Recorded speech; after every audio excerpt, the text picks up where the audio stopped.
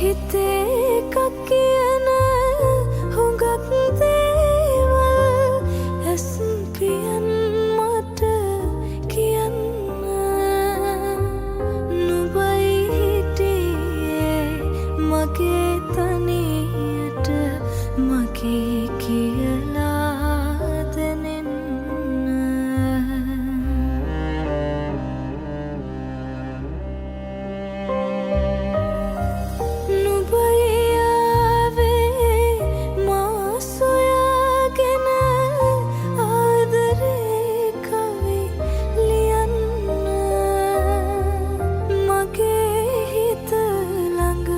නතර වුණේ ඇයි